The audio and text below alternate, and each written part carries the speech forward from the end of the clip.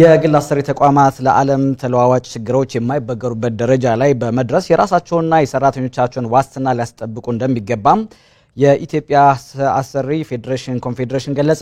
ኮንፌዴሬሽኑ ከአማራ ክልል አሰሪዎች ፌዴሬሽንና ከዓለም ስራ ድርጅት ጋር በመተባበር በግል ሰራተኞች ማህበራዊ ዋስትናና የስራ አጥነት ዋስትና ዙሪያ የውይይት መድረክ አዘጋጅቷል። ዘጋቢያችን አዲሱ ዳዊት ውይይቱን እየተከታተለ ይገኛል። ተጨማሪ መረጃዎችንም የሚያደርሰን ነው የሚሆነው። አዲሱ ዳዊት ካንተ ጋር ነን። መረጃዎችን አድርሰን።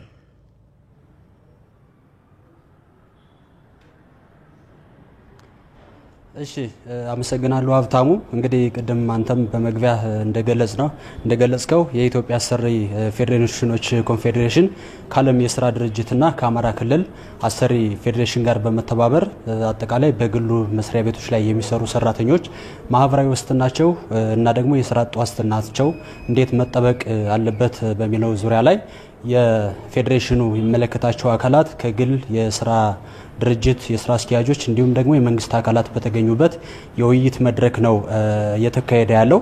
እንግዲህ በዚህ ውይይት ላይ የመክፈቻ ንግግር ያደረጉት የአማራ ክልል አሰሪዎች ፌዴሬሽን ምክትል ፕሬዝዳንት አቶ ሱሌማን ኢብራሂም ናቸው። አጠቃላይ ድርጅቶች ውጤታማ ሆነው ሰራተኞችን ደግሞ ተጠቃሚ በሚያደርጉበት ዙሪያ ላይ የጋራ ስራዎችን እየሰራን ነው የሚል ሀሳብ ነው ያነሱት። ከዚህም በተጨማሪ ይህ ስራ በጋራ ቅንጅት በመስራት የአሰሪዎችንም የሰራተኞችንም መብት ለማስጠበቅ ጥረት ሊያደርጉ ይገባል የሚል ሀሳብ ነው ያነሱት ማለት ነው።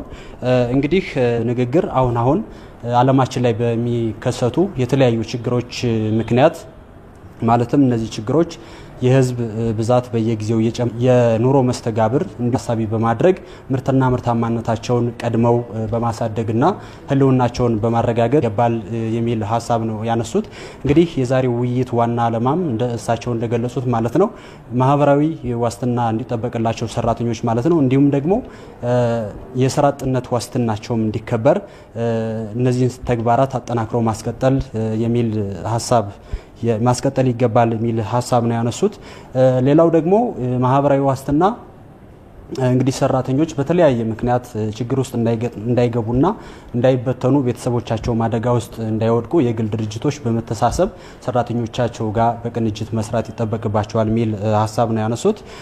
ሌላው በውይይት መድረኩ ላይ ጽሁፍ ያቀረቡት የሴቶችና ህፃናት ሚኒስትር የሚኒስትር አማካሪ የሆኑት ዶክተር ጌታሁን ከበደ እንደገለጹት የስራ አጥነት ዋስትና እንግዲህ አንደኛው ሰራተኞች እንዳይበተኑ ወይም ደግሞ ሰራተኞች ከስራ ውጭ እንዳይሆኑ ጥበቃ ማድረግ ነው። ሁለተኛው ደግሞ አሰሪ ድርጅቶች በተለያየ ምክንያት ቅድም እንደገለጹት ኮቪድ-19 በመሳሰሉና በሌሎች ችግሮች ምክንያት ሰራተኞች ኪሳራ ሲገጥማቸው ሰራተኞች የስራ ስንብት ክፍያ አግኝተው ቀጣይ ቤተሰቦቻቸውም ራሳቸውም አደጋ ለማይወድቁበትን ሁኔታ ማመቻቸት የሚያስችል የዋስትና አይነት ነው የሚል ሀሳብ አነስተዋል።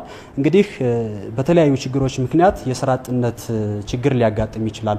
አንደኛው አሰሪ ድርጅት ሲከስር እንዲሁም ደግሞ ኮቪድ-19 የመሳሰሉ ችግሮች ሲከሰቱ ሰራተኛው በስራ ምቹ ባልሆነ አካባቢ ላይ መስራቱ ሲቀጥልና ያን ባለመፈለጉ ምክንያት እንዲሁም በቴክኖሎጂ መዘመንና ማደግን ተከትሎ ሰራተኞች ቴክኖሎጂ ጋር ማይተዋወቁበት አጋጣሚ ሲኖር እንዲሁም ደግሞ ቴክኖሎጂ የሰው ልጅን ተክቶ የሚሰራበት አጋጣሚ ሲኖር እነዚህ ሰራተኞች አደጋ ውስጥ ሊገቡ ይችላሉ። ስለዚህ እነዚህን አደጋዎች ለመቀነስ ደግሞ የስራ አጥነት ዋስትናን ማስጠበቅ ከግል ድርጅቶች ይጠበቃል። መንግስትም በትኩረት በመስራት እነዚህ ሰራተኞች በደልና ሌሎች ችግሮች እንዳይደርስባቸው ማድረግ ይገባል የሚል ሀሳብ ነው ያነሱት። እንግዲህ በጽናታዊ ጽሁፍ ላይ ቀጣይ ውይይት ይደረጋል። በንግግሮች ላይም ሀሳብ ይሸራሸራል።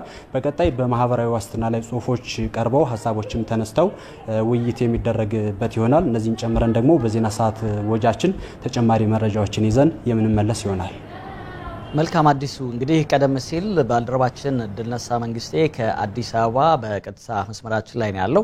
እሱም እንግዲህ ተገኝቶ መረጃዎቹን ነግሮናል። የሀገር ኢኮኖሚ ለማሳደግ አምራች ዘርፉን ማጎልበት ይገባል። የፌደራል መንግስት ክላስተርም በዚህ ጉዳይ ላይ ውይይት አድርጓል። እንዲሁም አዲሱ ደግሞ የአሰሪና ሰራተኞች ግንኙነትና አሰራር ምን ይመስላል የሚለውን ከጉባኤው መረጃዎቹን አድርሰናል። ሁለታችሁንም በቀጥታ መስመር ስለተገኛችሁ በእጅጉ ነው የማመሰግነው። መልካም ቀን።